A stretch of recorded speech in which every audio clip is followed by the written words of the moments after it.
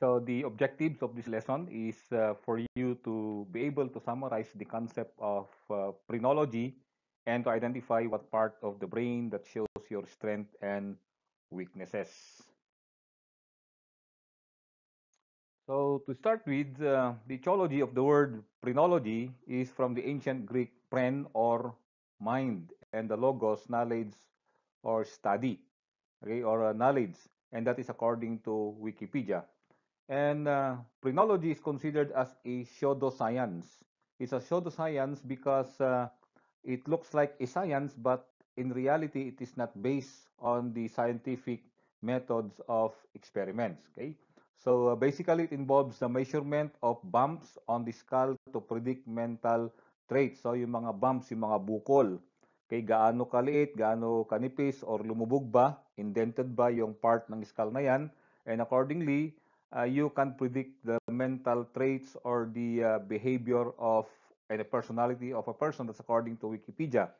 And phrenology is also a study of the conformation of the skull based on the belief that it is indicative of mental faculties and character. So the study of the conformation meaning paano na forma yung skull.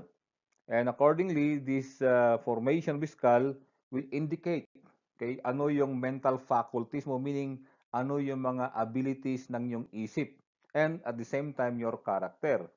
And the area of phrenology posited that bumps on the heads were indications of psychological propensities, meaning ano yung mga maari or tendencies ng isang tao na magiging behavior niya based on we call it based on the bumps and the indentions on the head of a person. So if you are going to look at it, phrenology is still connected with the biological theories of or perspectives of criminal causations.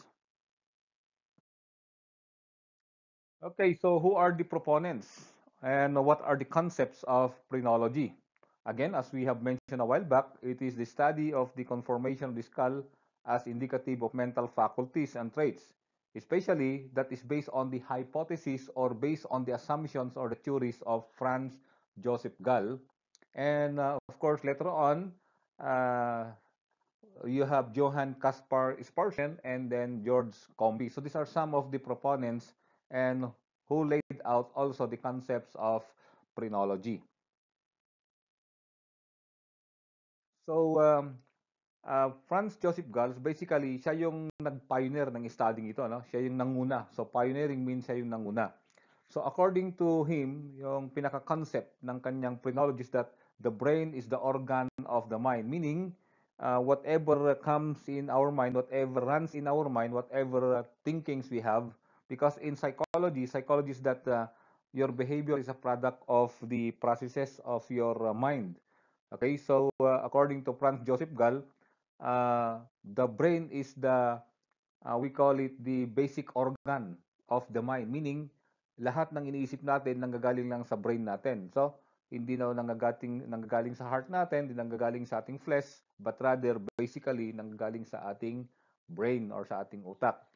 And according to Gall, the mind is composed of multiple distinct innate faculties. So, sinasabi niya na yung pag-iisip natin ay marami itong pagkakaiba or multiple distinct, meaning may mga iba-ibang aspeto or may mga natural na katangian or faculties, meaning yung abilidad ng ating pag-iisip.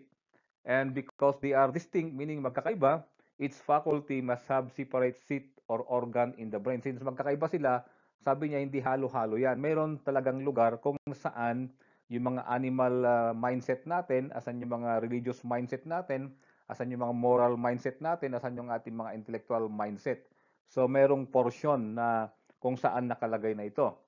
And according to him, gaano kalaki or kaliit yung portion mo na yan is basically can be determined by the bumps on your head. Kung ayan ay bubukol yan or nagbubulge yan or indented siya or lumubog siya. So the size of the organ other things being equal, is the measure of its power. So, kung malaki or maliit, in other words, ay correlative siya doon sa katangian mo, correlative siya doon sa karakter mo, or correlative siya doon sa talino mo. Say for example, pag sinabi nila, oy, malaki ang noo niyan. Okay? Yung noo niya ay nagbabulge yung noo niya, so sabihin nila na matalino yan. So basically, even ordinary people, without us knowing it, are also applying phrenology. So they sometimes, we call it, try to determine whether a person is intellectually good or not. So sabi nila, matalino yan kasi malaki yung noo, matalino yan kasi malaki yung ulo, something like that. No? So kung maliit daw ang ulo, hindi raw kulang din daw ang talino kasi maliit yung laman na organ or yung brain niya doon sa loob. So further, a Gall system uh, assumes that the shape of the brain is determined by the development of the various organs. So, kung tawag natin kung paano yan, yung anong shape ng utak mo, yung brain mo, is basically is how the various organs or parts of your brain develop also.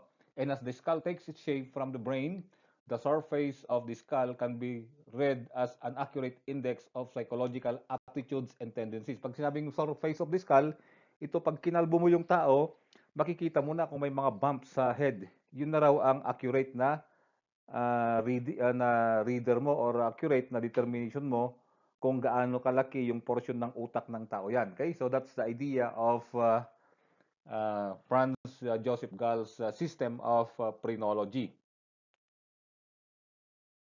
So Gall's collaboration with his pupil Johann Caspar Sparsen led him to the development of his theories concerning brain localization and phrenology. So pag sinabi mong brain localization, saan sa lokal or saang part, saang portion ng brain?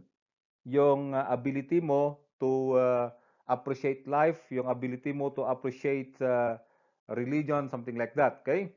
And first, he called it cranioscopy kasi doon sa skull niya tinitignan, hindi doon sa loob. So that is with the help of his student, Johann Caspar Sparsen. He characterized his primary goal to develop a functional anatomy and physiology of the brain as well as revised psychology of personality, and he called that the organology. Okay, so nag-develop siya ng tawag natin anatomy of the brain. Okay, so kung saan malulocate daw yung different faculties or abilities ng brain to process the information around us. And ultimately, Gall identified 27 discrete brain centers of behavior, and 25 of which have never been confirmed to exist. Okay? So what we are going to discuss here is not the 27, but rather yung elaborated phrenology. By the way, phrenology is a very massive and comprehensive discussion. So we will not be able to discuss everything, uh, all the intricacies and the concepts of the different faculties of the brain. So in this subject, in this lecture, we're just going to take a look on the extreme, the large and the small organ of the brain. So what does it mean by those things, okay? So hindi natin pag-uusapan lahat yan kasi napakaraming study ang phrenology. It is related to physiognomy. Okay, so eventually, Gall, we call it conducted lectures, okay? And eventually, his cranioscopy became so very popular kasi napakarami niyang lectures sa Europe. And his followers gave his doctrine the name phrenology. So it wasn't Franz Joseph Gall who created the name phrenology, but rather his followers. And as I mentioned a while back, the work of Gall was a pioneering work, meaning siya yung nangunguna. Although there may be, we call it early philosophers like Socrates, Aristotle, and Plato, who already tried to mention physiognomy because physiognomy is basically related to phrenology. So pioneering siya, nangunguna siya, at ang church ay hindi naniniwala na yung ating behavior, yung ating criminal behavior, yung ating good behavior, yung ating bad behavior is not related on our head. It's not related on the how large the different organs in the brain. That's why Gall offended religious leaders as well as scientists, because accordingly, the work of Gall, the hypothesis of Gall, uh, is not, we call it, uh, is not related to the scientific procedures of doing things or finding things. So the church considered his theory as contrary to religion. When we say church here, we are referring to the general church, whether that is the Roman Catholic or the different, we call it, different denominations. So the church believed that the mind is created by God. Okay? And since we call it is created by God, so it has nothing to do with how large or how small the brain is, or ano itsura ng ating tawag natin, yung ating yung organs natin or yung skulls natin. Okay, so according to them, hindi ito, according to the church, wala itong portion sa kon natin, sa talagang kung saan nakalocate niyan. Okay, kaya ang sabi ng church noon sa mga church leaders kay Franz Joseph Gall, sabi nila, your thesis or your hypothesis is anathema or accursed, meaning that is out of we call it the doctrine of the church, so you should be cursed. Sinusumpa ka namin, something like that. You should be excommunicated kasi kumukontra sa religious, we call it doctrines.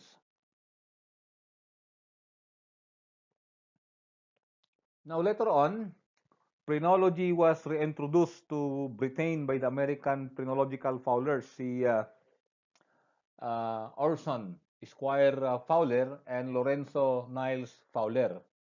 Okay, so the Fowlers began lecturing and reading heads for fish in New York in the 1830s. So ganun, pumunta sila ng Amerika.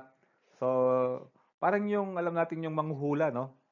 Dito sa Pilipinas, maraming manghuhula sa mga plaza, sa mga park. Okay? Dito sa Baguio, we have mga manghuhula doon sa Bornham Park. So yung mga palmist tree na tinatawag natin, yung titignan yung palad mo, okay, kung anong character mo, something like that, no? But to them, nagle-lecture sila, then binabasa nila yung future ng tao, ano yung dapat advice nila sa tao, ano yung kanyang mga weaknesses and strength based doon sa features ng kanilang skull. Okay? So kanilang mga bungo. So ganun 'yon. However, yung kanilang sistema was borrowed from the modifications of Gall's system. Now, on the what we are going to discuss here later on are the we call it the concepts, the explanations of the Fowlers, na tungkol sa mga different portions based from Gall system. Okay, yung comprehensive na yung ating papakita diyan mamaya, hindi 27 lang. And further, we have Charles Caldwell. Okay, so meron siyang book, Phrenology, Vindicated and Anti-Phrenology Unmasked, meaning he was an apologetics, meaning siya yung defender ng phrenology. At sinasabi niya na ito ay scientific. He searched for evidence that brain tissue and cells regulate human action. So sinasabi niya na yung ating behavior practically ay controlled kung gaano kalaki or kaliit yung ating brain tissues and cells. So with that, he wrote his book, Phrenology, Vindicated and Anti-Phrenology Unmasked, meaning siya yung nag-defend nito. Sabi niya, scientific ito. Now, we have Louis Allen Votes, a physiognomist who was born in 1859. His masterpiece was the Bose Practical Character Reader, which he published sometimes in 1902. It was a self-published book. And if you are going to go over with that book, the Bose Practical Character Reader, it's available online. You can read it online. Pag titignan mo yan, is basically based doon sa concept ni Gall. Meron lamang siyang dinagdag na explanation, mga layman's term na explanation na dinagdag ni Louis Allen Vogt, or known as L.A. Votes. So there were so many critics dun sa kanyang work, because accordingly, the physical address of his publishing company was also home to the dubious-sounding Human Science School and the Chicago Institute of Phrenology. So, sabi nila, oh, ano yan, kung ano namang trabaho niyan kasi pati yung kanyang address pati yung may parehas yung address ng isang school na dubious din ang character. So, parang ganoon. So, subject ng criticism. Pero pag binasa nyo yung practical character reader ni Boats, ni L.A. Boats, I could say that almost all the concepts were taken from the concepts of Gall and as well as the concepts laid out by the Fowlers. Okay, so we are not going to discuss here this study of Lewis Allen Vogt, but I'll just show you some pictures, okay, just for your appreciation on what phrenology, okay, is all about based on the ideas of L.A. Votes.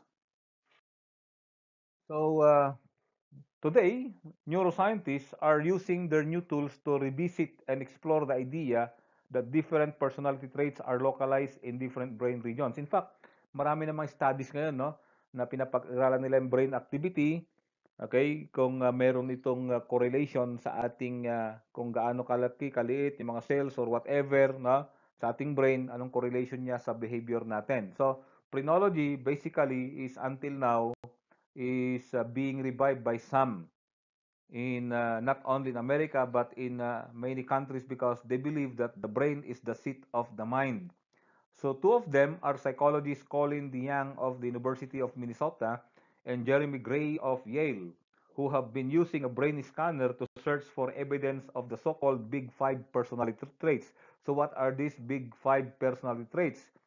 That you have the your traits of extraversion, neuroticism, agreeableness, your openness or intellect, and conscientiousness.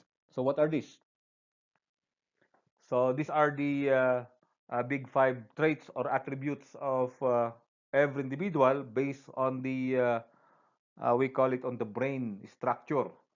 So first, the openness, meaning lahat tayo ay may tendency tayo to appreciate new art, ideas, values, feelings, and behaviors. However, our openness to this kind of thing is defined by how large or how small yung portion na yan sa ating brain.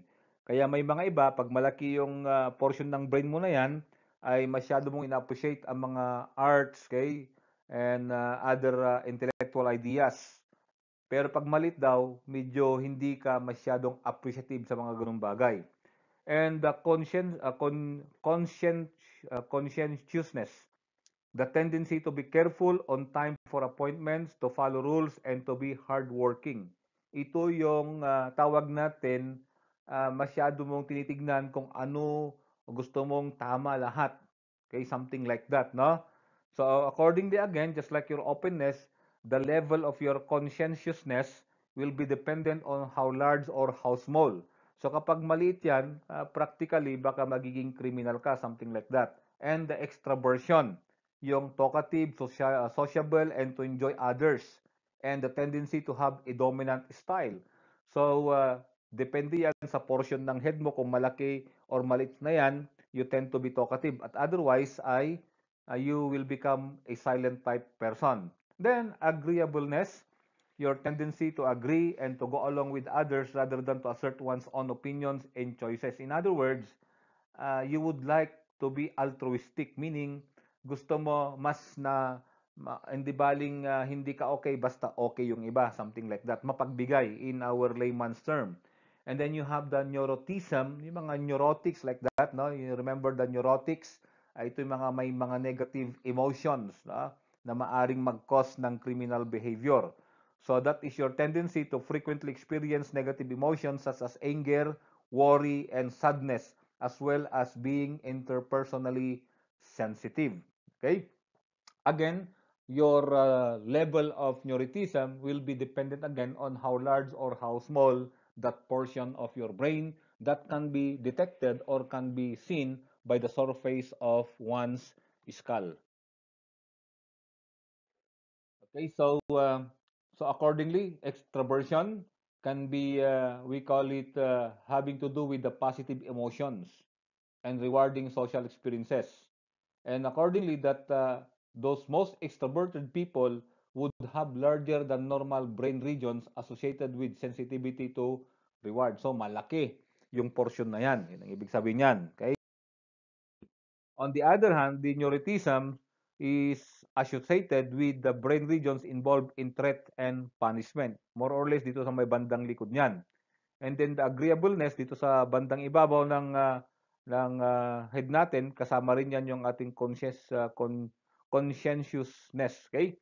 Pag maliit or malaki yung mga portion na yan. In short, the brain studies lent strong support to the idea that the big five personality traits have a biological foundation. And accordingly, so the sizes of those regions in the brain may cause a person to commit criminal behavior or a criminal act. Now let's move on the analysis and combination of the faculties. So based now on the book Phrenology, A Practical Guide to Your Head by Orson Esquire Fowler and Lorenzo Niles Fowler. That is available online. We have the link down below. That is the www.gothenburgs.org files. Okay, so those who would like to download that so that you can study comprehensively the ideas na ay maaari nyong i-download yan. So, you have there, no? Doon sa ibabaw, yan yung moral portion, yung ibabaw ng ulo natin. Kapag maliit or malaki yung region na yan, you tend to be morally upright person. Dito naman sa may bandang noo, yan yung mga reflective faculties mo. Okay?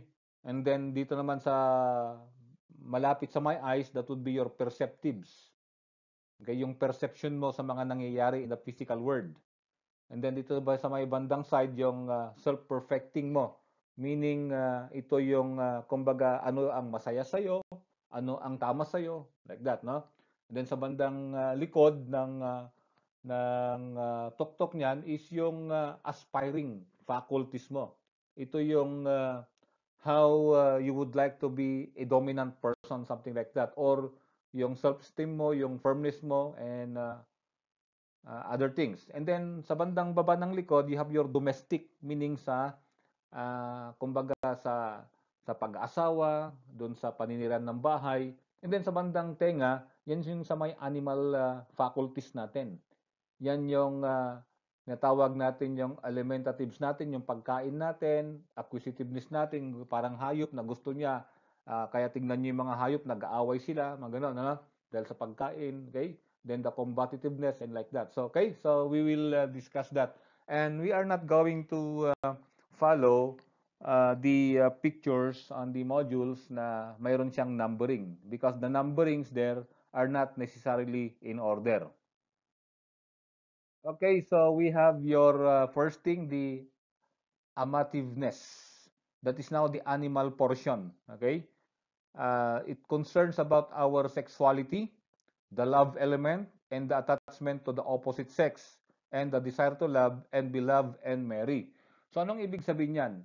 Kapag malaki yung bandang likod ng sa medyo bandang taas lang ng leeg, your neck, just right, the upper neck, then kapag nagbubbles daw yan, ay mahilig daw yan. Di ba? Mahilig. Okay, so ang tendency niyan ay maari siyang makapag-commit ng sexual offenses kapag hindi yan maayos, kapag perverted. Okay, kapag malit naman, parang yan sa babae, small, parang wala siyang masyadong, hindi siya nakikipagrelasyon, nagiging matandang dalaga. Ganon, okay? O nagiging matandang binata kasi hindi siya masyadong, we call it na arouse on sexual relationships. Okay, so we have the parental love, the fellow progenitiveness, the attachment of one's own offsprings, love of children, pets, and animals, generally, especially those young or small, and adapted to that infantile condition in which man enters the world, and to children's need of parental care and education. So, let's simplify this. Kapag matambok sa bandang taas niyan, sa taas ng leeg, Tambok niyan, ikaw yung tao na mapagmahal sa mga anak, sa mga pets mo, mga ganon. You have that kind of, we call it close relationship of this, tawag natin, mga bata. Okay, mahilig ka sa mga bata, mga ganon. Okay, mahal mo sila. Okay, you take care of those people. Pero kapag malalim yan, accordingly, okay, ay kulang ka sa pagmamahal ng isang hindi ka masyadong marunong, hindi ka masyadong good parent, parang ganon. So if that is perverted, it will spoil children by excessive indulgence, pampering, and humoring. In other words, kapag ikaw ay mapagmahal sa mga anak, pero yan ay perverted. Pag sabing perverted, hindi yan nagamit ng maayos, yung pagmamahal mo sa mga anak, well, ang tendency mo ay ma-spoil mo yung mga bata. Parang ibibigay mo na lang lahat yung gusto nila. Yun ang ibig sabihin na maging spoiled yung mga anak mo. Ang tendency naman kapag maliit naman yung brain organ mo sa portion na yan, accordingly ay you tend to abuse children. You tend to be involved in abuse against children because you lack that parental love. So further up, you have now the friendship portion of your brain. That is, kapag malaki yan, you tend to, we call it to love the society. Masyado kang tawag natin mapalakaibigan. Okay? However, when perverted, meaning hindi to maayos nagagamit yung paging palakaibigan mo, you form now attachment for the unworthy and leads to bad company. In other words, madali kang tawag natin mapasama. Kung mga criminals yung mga kaibigan mo, dahil pala kaibigan ka, madali kang mapasama sa kanila at magiging criminal din. That's the idea kung hindi nagamit na maayos niyan. Now, on the contrary, kapag maliit yung portion na yan, accordingly, hindi ka masyadong pala kaibigan. Okay, conjugality, no? Conjugal is uh, also referring to union for life or yung pag-asawa. Okay? So, monogamy, first love, the pairing instinct, the attachment to one conjugal partner, duality, and exclusiveness of love. Meaning, kapag malaki yung portion na yan, ay tawag natin, you do not tend na tawag natin mag-commit ng adultery or any illicit affair outside your marriage life. Yun ang sasabi niya. However, kapag yan naman ay hindi nagamit ng maayos, ang tendency nun ay passionately ikaw ay malakas magzelos. Okay? A broken heart, jealousy, invade toward love rivals. Okay? So yun ang maging problema niyan. Kapag yung tawag natin, yung sobrang pagmamahal mo sa asawa mo or sa partner mo, ang tendency niyan naman ay magkokos ng jealousy kapag hindi yan maayos ang paggamit. Okay? So it will be perverted. Again, kapag malit yung portion na yan, yung taong yan ay wala siyang pakundangan kung masaktan niya yung kanyang asawa or yung kanyang partner. Okay?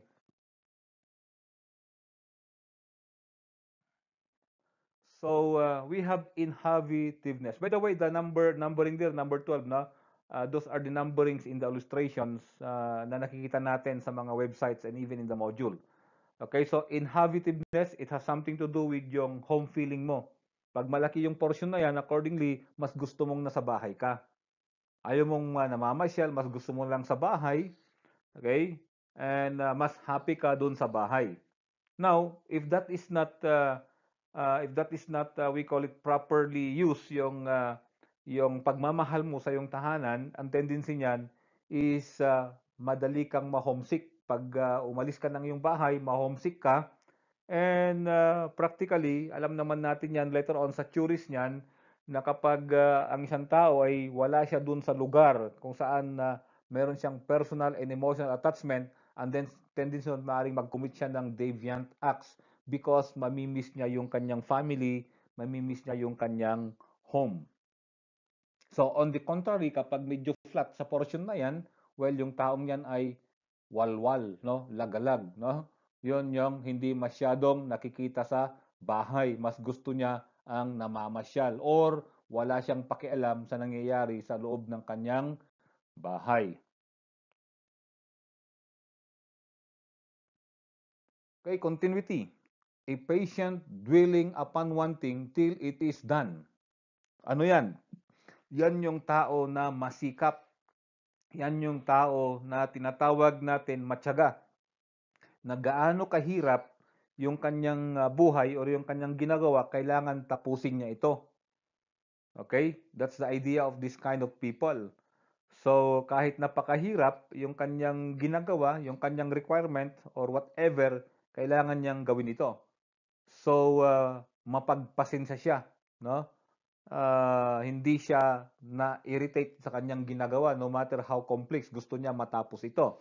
Now, if that is not done properly, no, magkaroon siya ng prolixity or repetition and excessive amplification, meaning paulit-ulit na lang na yun ang gusto niyang ginagawa. So, pangit naman yon. Now, on the contrary, kapag medyo flat or maliit yung portion na yan, medyo nag-indented siya, well, ang isang taong yan ay pwede siyang maging deviant because wala siyang tiyaga sa kanyang ginagawa. Wala siyang tiyaga sa pag-aaral, wala siyang tiyaga sa trabaho, so palipat-lipat siya. So that's the idea of this portion of the brain. Kapag lubog yan, maliit daw yung portion ng brain na yan. Now let us move on sa ating selfish propensities, no? Selfish propensities. No, yung pag sabi mong selfish, ito yung tendency natin na mas inuuna natin yung ating sarili, mas gusto natin na napapansin tayo, mas gusto natin na tayo yung naaangat. Okay, that could be part also of our animalistics and our emotion or our soul or our ego na tinatawag natin. Okay, so this provides for man's animal wants, create those desires and instincts, and supply those wants which relate more especially to his animal existence and physical necessities. Ano yun? Yung pagkain. Ang isang hayop ay nandun yung kanyang natural instinct na maghanap ng pagkain. Kapag malalaki daw yung portion na yan, ay matakaw ka. No? Ganun ang ibig sabihin yan. Okay? Kapag malaki yung portion na yan, doon sa may tawag natin sa may self-esteem mo, eh gusto mo na ikaw lang yung bilib na bilib sila sa'yo, parang ganon. Gusto mo ikaw yung nakakaangat. Okay, so let us discuss one by one. Ano yung self-esteem, provativeness, cautiousness, and the like. Okay, so first thing first, yung ating vitativeness. Vita means life, no? Vitality means life. Kaya nga pag vitamins, kanyan, tawag natin supportive sa buhay natin, no? Vitality is life. Okay? So, ito yung tenacity of life, resistance to death, meaning ayaw mong sumuko, no? Gusto mo mabuhay ka, no? Pag tinamaan ka ng tawag natin ng bala, ayan, binaril ka, tinamaan ka ng bala, well, malakas yung fighting spirit mo kasi gusto mo ay makasurvive ka. So that's the idea. You are clinging tenaciously to it for its own sake. So, ikaw yung matapang, no? Gusto mo buhay ka. That's the idea. Okay? So, it goes with it, your combativeness. Kasi malapit lang, almost magkadikit niyan. Your resistance, your opposition, your defense, defiance, boldness, courage, spirit, desire to encounter, self-protection, okay? Lumalaban ka, no? Ayaw mo na physically you are being bullied, no?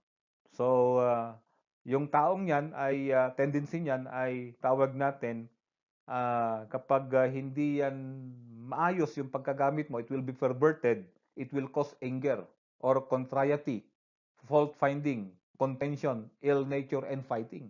So ikaw yung basagulero. Kasi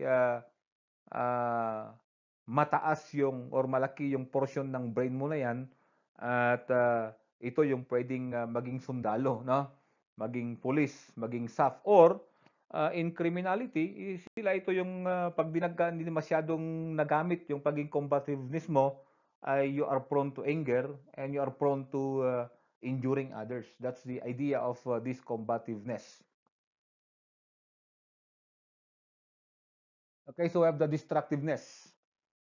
Executiveness, severity, sternness, the destroying and pain-causing faculty, harshness, extermination, indignation, disposition to break, crush, and tear down. The walk right through spirit, meaning ito yung ah, gusto mo na, kumbaga, kahit may masaktan, no?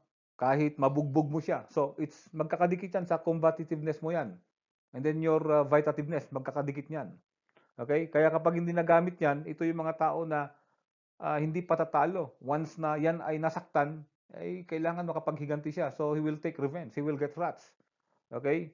So he is predisposed to committing murder. Yung portion na yan, no? Na kapag malaki yung portion ng brain na yan, kasi more on animal yan. Yan ang sabi ng phrenologists. Okay, so the alimentiveness, that is on paghanap ng pagkain. Your appetite for eating. Okay? Uh, that is adapted to man's need of food. So nasa animal instinct mo 'yan, no? Pag medyo titignan mo yung tao, no? Kaya pag nag-asawa ka, medyo kakapain mo dun sa may harapan ng tenga niya. Pag nag-bolts 'yan, no? Ay matakaw 'to, mahirap pakainin 'to, magano'n 'yan, no? So kapag hindi nagamit 'yan ng maayos, it will produce gormandizing and gluttony. Ibig sabihin masyadong matakaw, and it causes dyspepsia and all its evils. Meaning, masyado kang matakaw, masyado kang gusto mo, kumbaga, how do you call that? You are materialistic, no? In ang tendency yun. So, taas mismo, taas ng konti yan sa acquisitiveness, magkakadikit na yan. So, magiging materialistic ka. So, yung mga tao na nakapag-commit ng crime because of material things. Okay? So part of that alimentiveness is your bivativeness, okay? Or your aquativeness. Matakaw ka naman doon sa paghahanap mo ng tubig, no? Yung liquid drinks, okay? So part nandun pa rin 'yan sa may alimentiveness mo, na maaring ikaw ay yung tao na gustong-gusto mo ng tubig, like that, no? Kapag hindi nagamit ng maayos 'yan, you will become a drunkard. Okay, magiging drunkard naman ang bagsak mo yan. Okay, dahil wala kang tawag natin, hindi mo nakokontrol yung hindi nakikwince yung thirst mo sa pag-inom. Gusto mo, inom ka ng inom. So accordingly, sa mga lasinggo, malaki yung portion na yan. Yung portion ng brain na yan.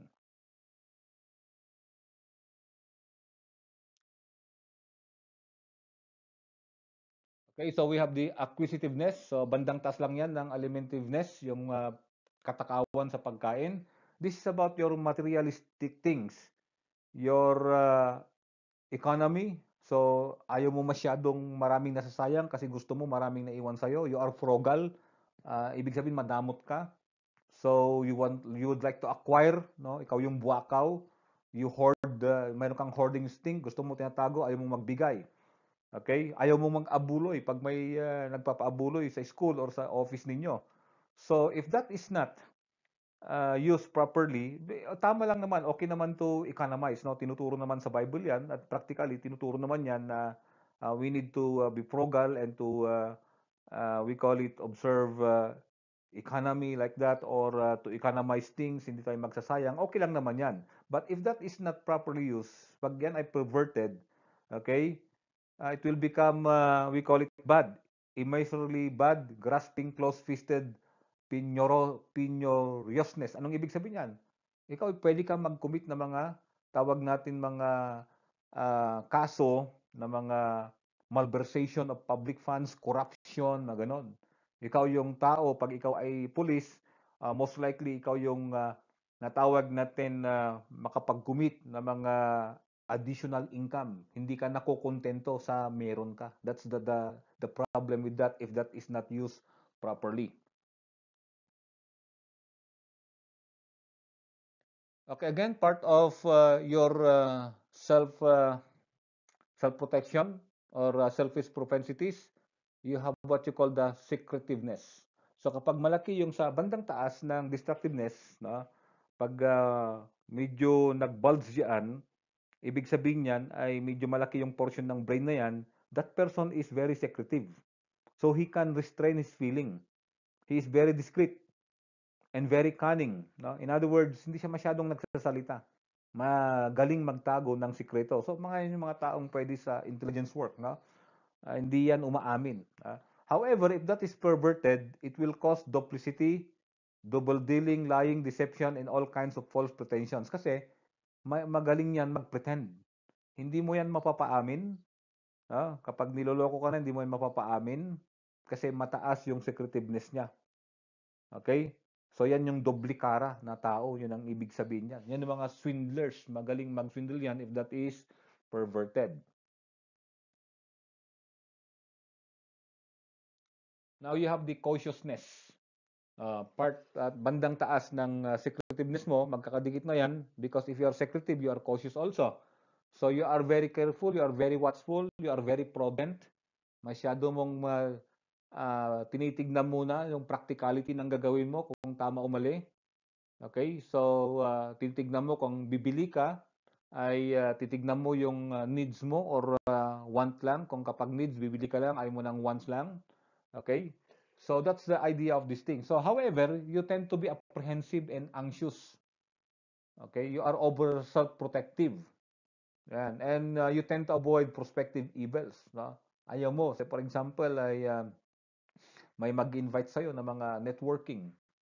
So, if malaki yung portion mo na yan, ikaw yung tao na very cautious ka, you don't want to engage with that because you would like to protect your things from being, we call it, victimized. Now, kapag yung portion naman yan ay tawag natin maliit, medyo flat or indented, yung portion na yan, ibig sabihin maliit yung portion ng brain mo yan, you will tend to be gullible, meaning madali ka namang mabiktima. Okay? You tend to be gullible. Di mo naiisip yung ginagawa mo, nagiging reckless ka. That's the idea. So, if that portion is perverted, so ang tendency nun ay nagkakaroon ka ng irresolution, meaning matagal kang mag-decision. Matagal kang kumilos. And you tend to procrastinate kasi masyado kang cautious, bukas na yan. And you tend to not to decide. No? Pag nasubrahan mo naman yan, yung pagiging cautiousness mo, pag nasubrahan yan. Okay, so what about the approvativeness? It's regard for the character, appearances, love of praise, meaning gustong-gusto mo. Ikaw yung tao na gusto mo, pag nag-post ka, gusto mo maraming nagla-like. Pina-flood ng like yung tawag natin, yung mga pinopost mo. Ikaw yung tao na gusto mo naririnig that you are being praised. Ikaw yung tao na gusto mo ay sikat palagi. Ikaw yung gusto mo na ikaw lamang yung tinitingala nila. Yan. Now, there are people like that na kapag nasubrahan yan, ang tendency nun ay, sabi nga natin, mape-pervert yan, they will become vain, vanity. Meaning, pwedeng makapag-commit ng crime para lang tumaas yung reputation niya. Affectation, masyadong tawag natin na inis siya kapag hindi siya napipraise, hindi napupuri yung kanyang ginagawa. Okay? Gusto niya palagi na nasa limelight. Okay? So that's the idea of this one. Eagerness for popularity. So to the event na pwede pa siyang mag-commit ng crime just to become, we call it popular, no? Sa kanyang community or sa kanyang group or sa society niya. Okay, up further sa may bandang ibabaw, above the approvativeness, you have now the self-esteem. The self-appreciation and valuation, self-respect and reliance, magnanimity, nobleness, independence, dignity, self-satisfaction, and complacency, love of liberty and power. Okay, so ibig sabihin yan, self-esteem, masyado kang believe naman na sa sarili mo. Masyadong self-confident. Okay, it's okay to be self-confident. But again, ang tendency niyan, pwede mag-commit yan ng tawag natin ng criminal behavior if that is not used properly. If nasubran mo yung self-esteem mo and self-confidence mo, okay, magkaroon ka ng magiging egoistic ka, egotism. Okay? So, gusto mo, ikaw lang yung namumuno, ikaw lang yung nasa top. So, eventually, maaari kang gumawa ng kalokohan just to remain in top. So, that's the idea of this thing. Now, the firmness, your stability as a person. So, you are perseverant, at meron kang fixed na purpose. Gusto mong matapos yung pag-aaral mo, okay, kahit anong mangyari. And your tenacity of will, meaning hindi ka nagpapatalo. Gusto mo, makamit mo yung ninanasa mo. So, pag maliit yung portion ng brain na yan, ay wala kang perseverance, madali kang magsawa. So, if that is not used properly, you will become willfulness, maliciousness, stubbornness, unwilling to change. No? Ayaw mo na magbago kasi ang alam mo yun ang tama. Okay? So you do not want to listen to advices. That's the difficulty of this portion of the brain. Now, we will go now to the moral sentiments or to the moral faculties of man. Normally, medyo sa bandang taas at malapit na sa bandang unahan yan. Okay? So, ito yon. You have your moral areas, yung veneration faculty mo, benevolence, your hope, your spirituality, and your part of course is your imitation. So, your moral sentiments. Okay? Kung gaano kataas or kaliit yung moral uprightness ng isang tao. Kapag malaki yung portion na yan, you are tend to be religious, you tend to be righteous, okay? You tend to be spiritual. Pag maliit yan, accordingly, nagiging ateista yung tao or hindi ka maniniwala sa Diyos or magkukulang ka sa paniniwala sa Diyos. Okay, so part of that will be your conscientiousness, your moral principle. Okay? Integrity. No? As we have said a while back, conscientiousness is yung the word conscient, no? Conscientia. No, yung gusto mo yung you are near to idealistic but here your moral principle, yung integrity, mas inisip mo na dapat walang masabi sa akin. Okay, gusto mo tama, walang mali. So very near sa ideality. Ayan.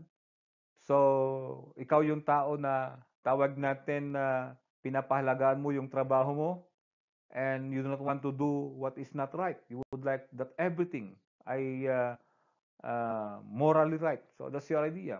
Now, if that is not used well, it is perverted, it will make one do wrong from conscientious scruples and torments with undue self-condemnation. Meaning, baka maaring mag-suicide yung taong yan. Kasi kapag hindi natupad, no, magkaroon siya ng conscientious scruples and torments with undue self-condemnation. Iko-condemn niya yung sarili niya kasi bakit di niya nagawa yung bagay dito. That's the idea of this thing. Pag di naman naayos yun. Pero pag malit yung portion mo naman yan, wala kang konsensya. Okay? You tend to harm others, hindi ka, you are not repentant. So that's the contrary of this conscientiousness kapag maliit yung portion ng brain na yan. What about hope? Your expectation, your anticipation of future, success and happiness. Meaning, umaasa ka no, na may mangyayari.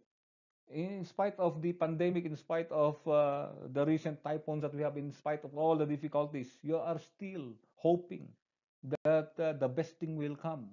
So that's this idea of this thing. Hindi ka nawalan ng pag-asa.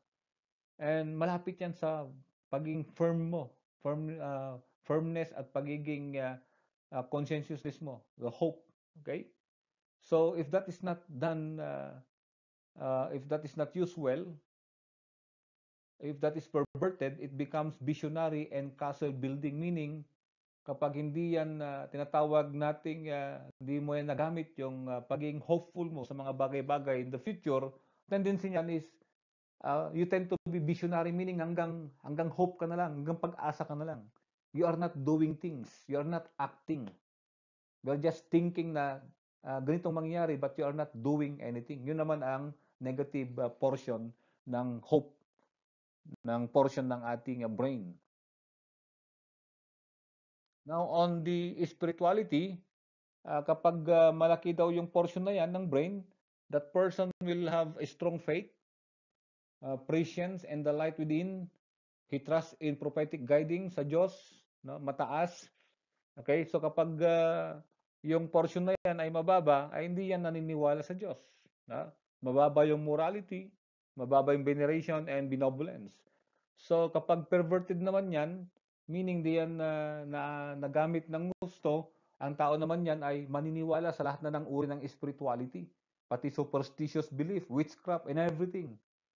Yun naman ang tendency niyan, paniniwala na niya lahat. No, kapag maliit yung portion mo na yan, no? Kapag ikaw ay spiritual ka, at the same time you are conscientious, at the same time you are cautious, then basically you will not believe on those superstitious belief kasi nagamit ng tama yung portion ng brains mo na yan. So you have the veneration, your devotion or adoration of God. Okay, so malapit sa spirituality. Okay? And you are prayerful, you would like worshiping, and you observe religious rites. And you always believe in God. No? Kasi ang spirituality kasi, you believe in spirits, not necessarily God. No? You believe in God, but hindi siya ganon yung veneration mo. But if that is perverted, that person will tend to produce idolatry. Ano yan? Yung mga, kahit mga mga, yung estatwa, mga statue, sinasamba. No? That is not biblical yung pagsamba sa mga estatwa, no? So masyado ka namang believe sa mga authorities. Ginojus mo na yung mga authorities. Ginojus mo na yung pari mo, yung mga madre. Ginojus mo na yung church leader mo, yung pastor mo, yung ministro, no? That's the problem with these things. To the point na pwede mo silang to the point na pwede mo silang ipaglaban because you idolize them already. Okay? Kahit makagawa ka ng masama, you tend to defend your church leaders because of naging idols mo na rin sila. What about benevolence? Benevolence is yung pagtulong. Benevolence, yung matulungin ang ibig sabihin yan. Okay? So, malapit yan sa veneration mo, spirituality, magkakadugtong yan. Mga religious people, practically, they are benevolent. Matulungin yan.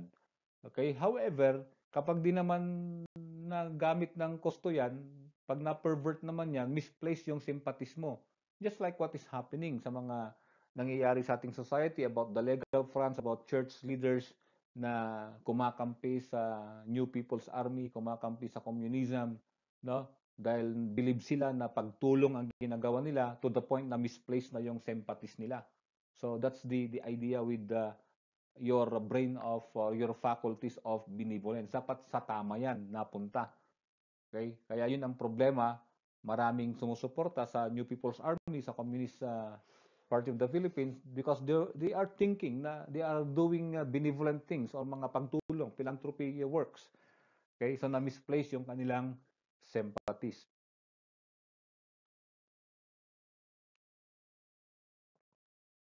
Okay? We now go to the self-perfecting group.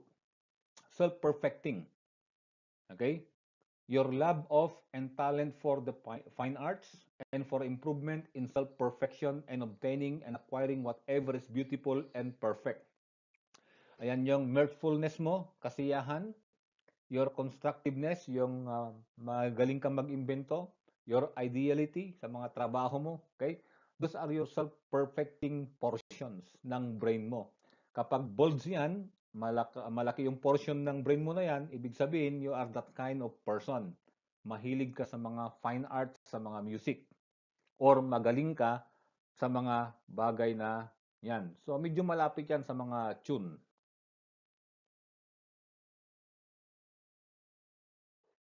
Okay, so with that, you are being constructive.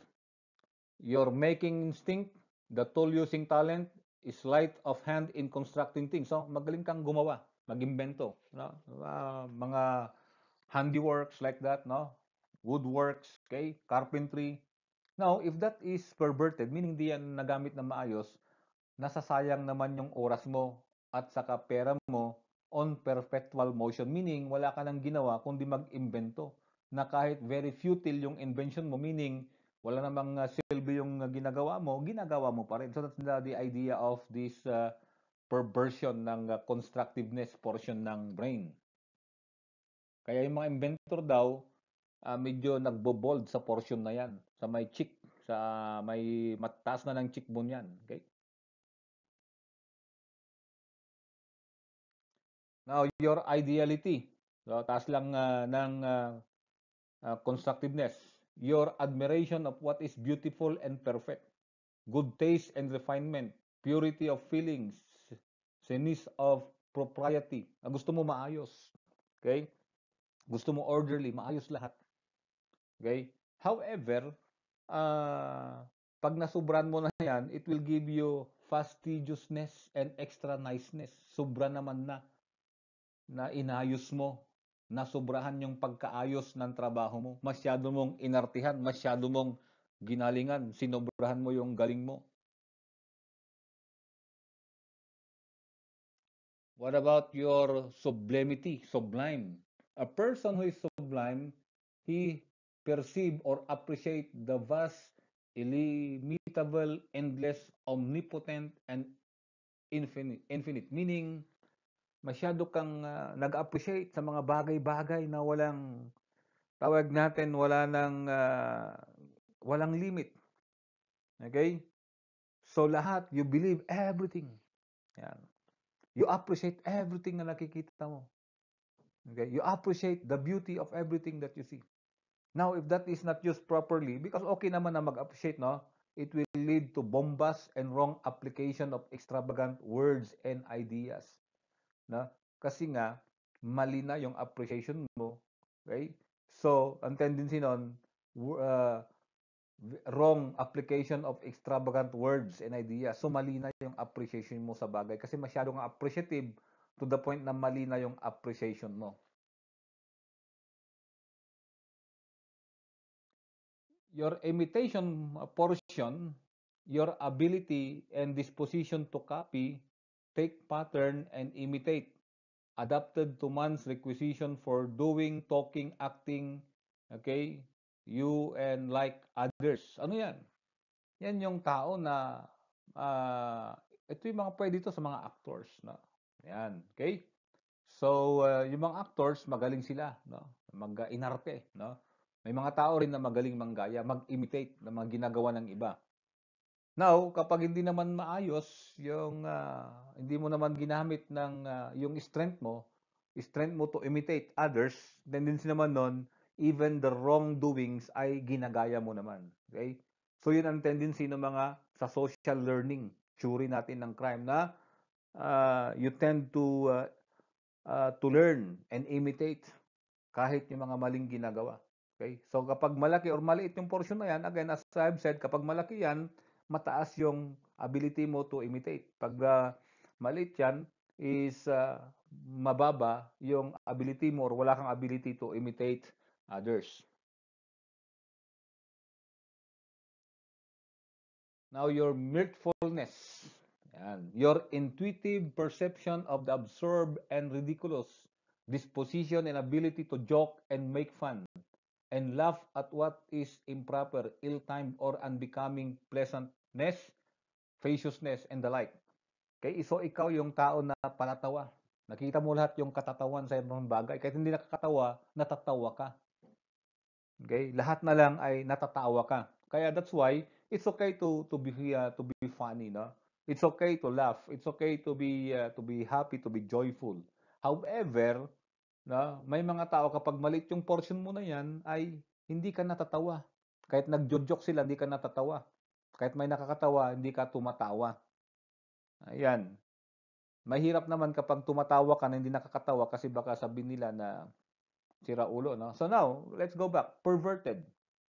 Meaning hindi mo na yung nature kasi natin ng tao na tumatawa, no? Particularly Filipinos, nature natin ng natatawa kahit medyo malungkot yung nangyari sa buhay, we make fun out of it. So, kapag perverted yung ating kasiyahan, feeling of happiness, we make fun even on solemn occasions. Kahit nasa church ka, no? Tinatawanan mo na everything, even those things. So, yun naman ang di tama na. So, ito yung tao na maaring mambastos sa mga religious gatherings, okay? And where there is nothing ridiculous at which to laugh, no? Hindi naman nakatawa, pero tinatawanan mo. So, that's now the negative, um, we call it the use of your being mirthful. Okay, so we have now the intellectual faculties. Yung talino mo. Nasa unahan yan, sa baba, baba na portion ng forehead mo or noo, and then upper portion ng eyes, yung portion na yan. Okay, your talino mo sa mathematics, talino mo sa reasoning. Now, kapag perverted naman yung talino mo, what will happen? Okay, you apply your perspective power to accomplish wrong ends. So masyado ka nang magaling mag-justify to the point na mali na yung justification mo. Just like the CPP-NPA, the Communist Party of the Philippines, matatalino sila. Look at them. They are very good. Matatalino sila. Napakaraming matatalino. Maari siguro, even Joe Masison is matalino siguro. But take a look on their justification and reasoning. Mali na. Kasi perverted. Mali yung talino nila. That's the idea of these intellectual faculties.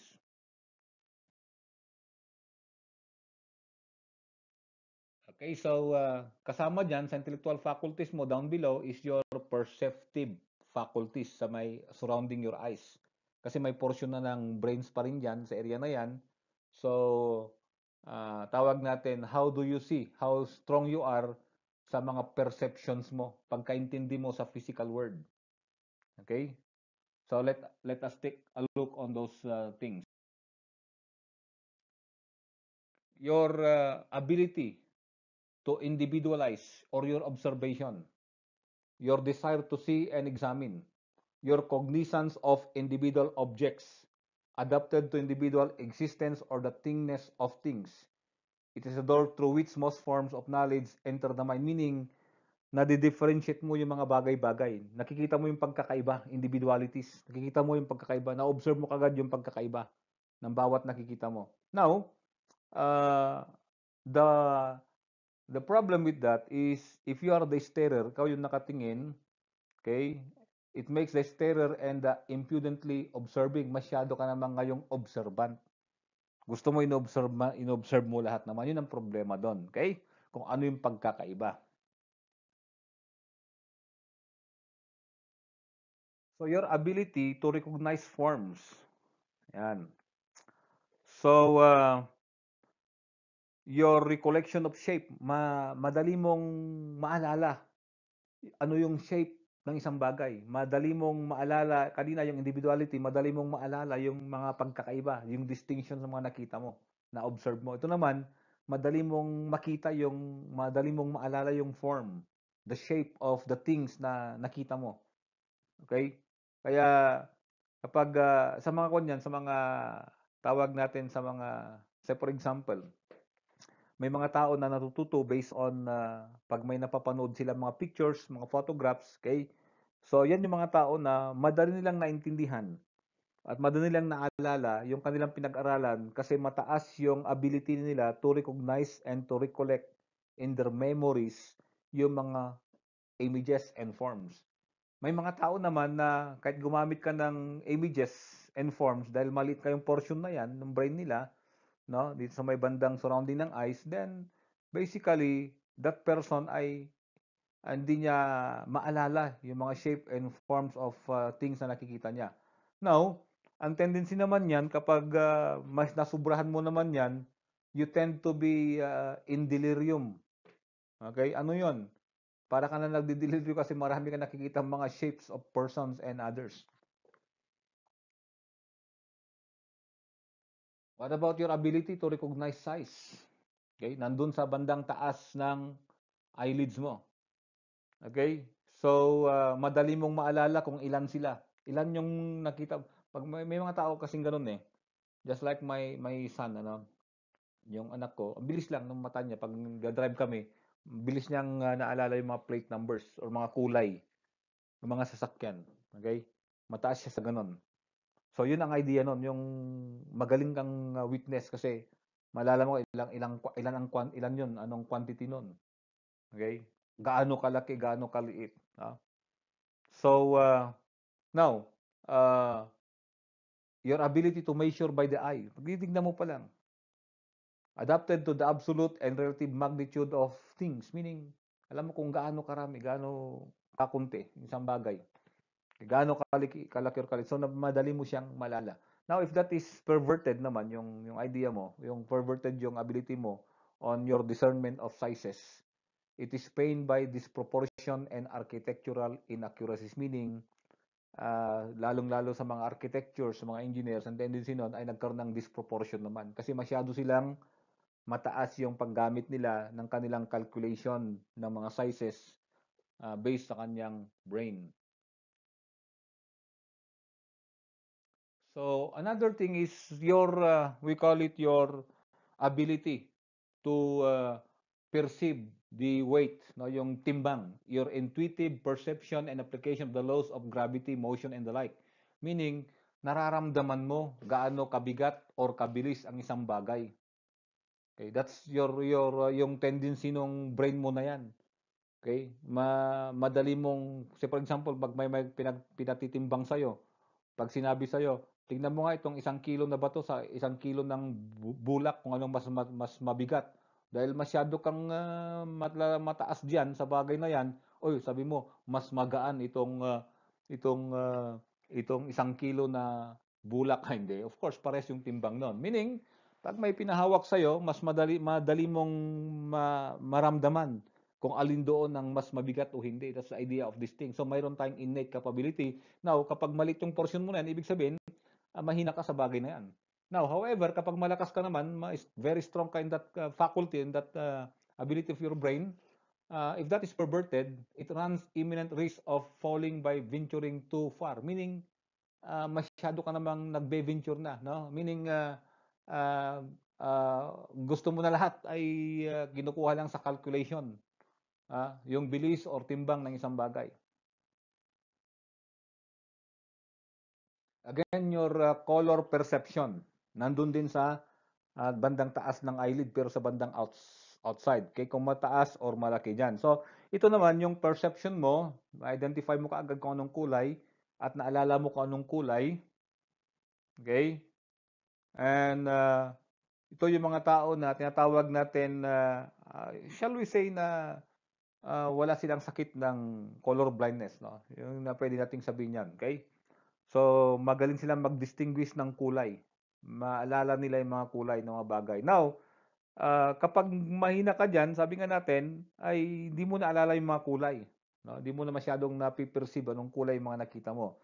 Now, kapag very strong ka in that portion, if that is perverted, you will become over particular to have colors just right. Meaning, masyado ka ng critic, masyado ka nag-criticize na mali yung kulay, maling ganyan, maling timplada. So that's now the perversion of this because you are too particular sa mga blending of colors. Now, your perception of order. Meaning, madali mong maalala kung anong system. Yun yung mga tao na madaling matuto kung anong procedure. Say for example, you are manipulating a machine. Nagmamanipulate ka ng equipment sa laboratory nyo, madali mong maalala yung procedure. Okay? Your procedure of doing something. Now, on the other hand, kapag hindi yan nagamit ng maayos, you tend to pervert it. Or if that is perverted, you tend to overwork. Masyado ka naman nag-overwork, no? Masyado ka namang systematic, gusto mo, proseso, and you will be annoying others. Okay? You will be annoying others and we call it why? Because ayaw mo na magulo ang isang bagay. Ayaw mo na hindi sinusunod yung proseso. Masyado kang very particular sa mga procedures. Okay?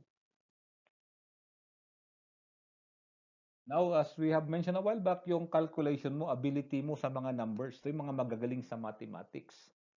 Ayan, yan yung mga naalala nila yung mga numbers. They can calculate even by just looking at it. Ha? Ayan, yung mga kaklase ninyo na sa computation pa lang, talagang mabilis yung processing ng kanilang brain. Okay?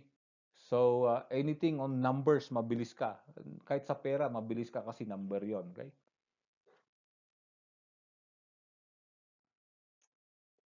On the other hand, you have the locality, your cognizance of place. So, madali yung mga lugar, naalala mo yung lugar. Kabisado mo yung lugar. Nakakabisado mo yung areas. Yan. So, hindi ka na-disorient kung nasaan ka na. You tend to recollect and remember things, the places that you've been through in your mind, no? The roads, the scenery, everything. Now, however, If that is not used properly, it will create a cosmopolitic disposition and would spend everything in traveling. Meaning, masyado ka namang gusto mo na pupunta sa mga lugar because you tend to appreciate the places. Okay? So, what about on criminality? Ano naman yung maaring relationship niyan? Na? Well, pwede yan siguro sa mga witnesses, madaling maalala yung places, maalala yung crime scene, maalala kung ano nangyari doon sa tawag natin sa crime scene. So what about your literary faculties, yung katangian ng brain mo, yung utak mo on matters of literature? Okay? Ayan. Part pa rin yan ng perceptives mo, no? And your collection of information, madali ka mag-memorize ng mga, madali mag-memorize, no? Mga anecdotes. You remember matters of fact and knowledge in general. So, magaling mag-memorize ng mga date, ng mga people. May mga kaklase kayong ganon. Now, mataas yung memory na tinatawag natin. Okay, so what are these literary faculties ng isang tao? So, eventuality. Ayan. Memory of facts, recollection of circumstances, news occurrences, and historical, scientific, and passing events. What has been said, seen, heard, and once known, adapted to action. Okay, kapag ikaw yung taong yan, you can be a very good witness because you have a strong recollections or memory of those things. Okay? Ayan. So, problema niyan, kapag yung boyfriend mo, naalala niya lahat ng mga history ninyo, that's a problem. Mag-aaway kayo palagi kasi ipaalala niya sa yung mga kamalian mo. No? Kaya mahirap din maging jowa yung ganyan mataas yung memory niya sa mga events.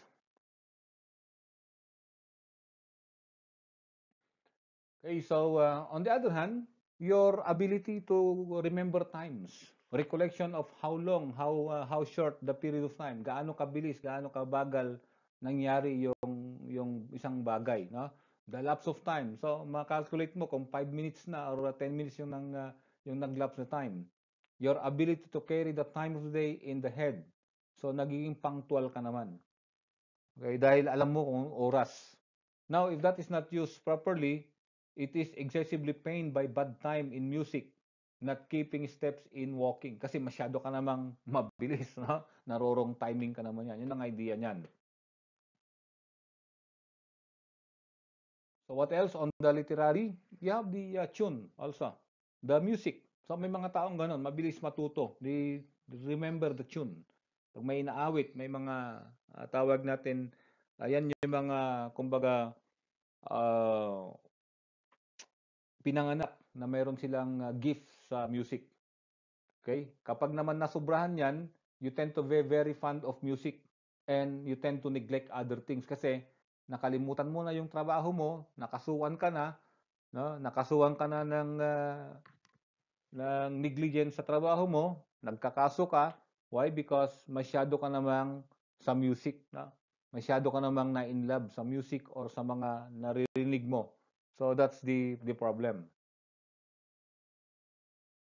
Now you have your faculty of language. Kapag medyo tawag natin, medyo nagbo-bold sa baba, no? Eye bag, no? Parang eye bags, no? Yan puyat, no? Okay? So sa portion na yan, accordingly, mayroon pa rin portion ng brain yan. So this person, kapag medyo malaki yung portion na yan sa kanyang brain, mataas yung kanyang expression of all mental operations by words, written or spoken gestures, looks, and actions. So, magaling yan sa pananalita. Yung mga teachers, maraming ganyan. They have that kind of ability to talk. The ability to communicate. Okay? So, if that is not used also, or if that is used improperly, you tend to be verbose, gymnastic, circumlocution, garrulity, excessive talkativeness, telling what does harm. In other words, masyado kang madada. That's a problem. Nagiging unconscious ka naman na nakakasira ka. Ang tendency niyan, baka magkaroon ka pa ng kaso na libel. Libel. Okay? Oral defamation, mga ganon. Okay? So that's the problem with the perversion of your language faculty or the ability of your brain in matters of communication.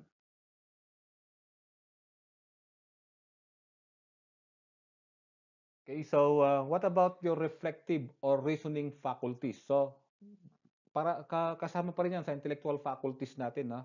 Doon sa talino natin. Okay, so your ability that philosophize, penetrate, investigate, okay, originate, casting of mind, and like that. So we'll discuss one by one this causality, the comparison, the suavity, and your idea of human nature. So yung causality, bandang gilid, no?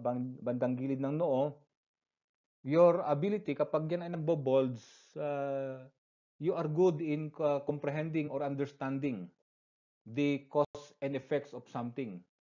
Okay? Yun sa mga abstract reasoning, magaling ka sa abstract reasoning. Now again, it goes with it. Kapag hindi maayos yan, it reasons in favor of untruth and injurious ends. Just like was I mentioned a while back about these supporters of the CPP-NPA, no? They tend to uh, to justify things very differently kahit medyo mali na. Kahit untruthful and injurious na, they tend to say that yung cause ng problem is the government. So, ganun yun. What about the comparison? Your ability for inductive reasoning. Your ability and disposition to analyze, classify, compare, draw inferences. So, nagagamit pa rin yan dun sa abstract reasoning mo. Okay? So, you can induce things, meaning you can make a conclusion. You are very good in analyzing and classifying and comparing. Okay? Now, if that is not done properly, or you'll become redundant, paulit-ulit. Okay? You become too redundant. Yan. Now, on the other hand, kapag malit yung portion mo na yan, you are weak on these faculties. That's the idea. Okay, again, on that portion, yan yung mga tao na nagkukos ng crime because they do not realize the cause and effect. So, samahan mo yan ng comparison, samahan mo yan ng causality. Okay, pag sinamahan mo yan at maliit yung portion ng tao niyan sa brain niya, ang tendency nito, those people tend to commit crime without realizing yung magiging negative impact ng kanilang gagawin. That is in relation to crime causation. Now, your ability to discern character. Ito yung mga psychologists. Yan yung nadidiscern nila yung character. Napiperceive nila yung motive. So, if you are an investigator, you are very good at this thing. Okay? You are good at deducting and as well as inducting also insofar as human nature is concerned. So, pagkausap mo yung tao, nadidiscern mo kaagad kung anong klaseng taong ito. You have that kind of ability. There are people who are like that. Madali silang nakikita kung nanluloko yung tao, hindi. Now, kapag hindi naman tamang paggamit mo yan sa ability mo to discern human nature, your tendency is you are very suspicious. Hindi naman po pwede yun. Palaging suspicious. Yan. Kaya samahan mo pa ng destructiveness mo, samahan mo pa ng combativeness mo, baka suspicious ka sa bagay, baka pinalo mo kaagad, sinaksak mo na because you are suspicious na. Kaya akala mo sasaktan ka niya. Okay? So that would be the problem also on that kind of thing. Kasi naging masyado ka ng paranoid ka na, naging suspicious ka na.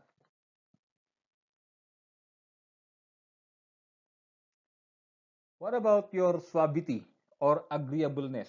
Yan, suavity or agreeableness. Yan. Meaning, uh, you have that, we call it, you have that ability to persuade people. Yan. You are good in business. Magaling kang how do you call that?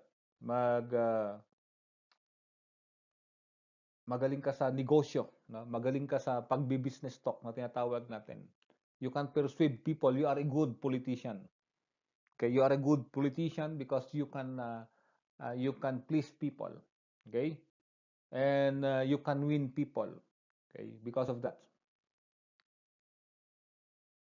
Okay, so those are the explanations of the phrenology of the Fowlers based on the phrenology of Franz Joseph Gall. Now, let's take a look on the practical character reader laid out by Louis Allen Votes, okay, which was published in 1902, as I mentioned earlier.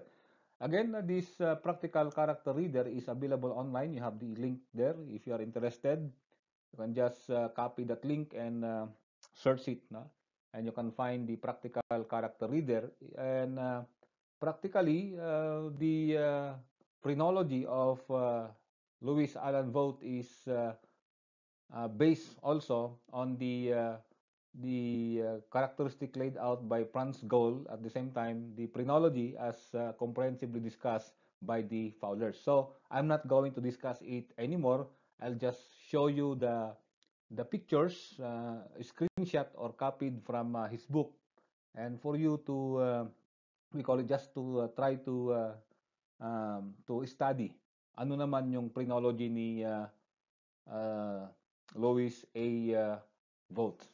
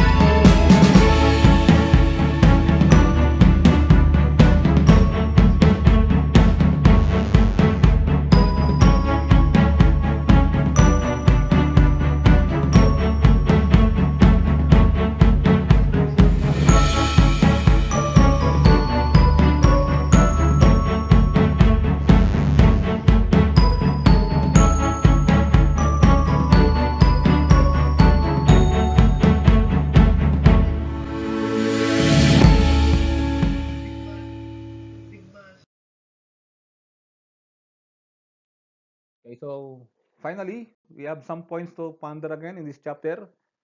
Phrenology is claimed to be a pseudoscience. So I mentioned that already. Ano ba ang pseudoscience? It is consists of statements, beliefs, or practices that are claimed to be both scientific and factual but are incompatible with the scientific method. Kaya siya pseudoscience is a false. Just like yung pseudonym. Pag sinabing pseudonym mo, yan hindi totoong pangalan. Okay? Just like ka Eric, ka Luis, like that. No? So ito, pseudoscience. Hindi siya totoong science sa idea. Okay? So, although there are some psychologists who are using that today, but again, that is not scientifically proven. Is this theory reliable in all instances? Well, maaari. Remember, this is a theory.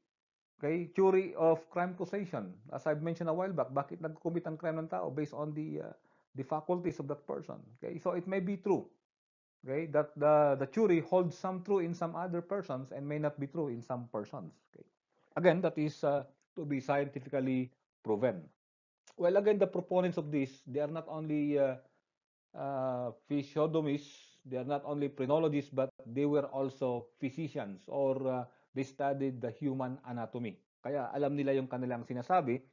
However, kulang lang kasi sa scientific research yung mga bagay nito kaya hindi siya accepted for now as an absolute explanation why a person committed a criminal act. What does a critic say about this theory?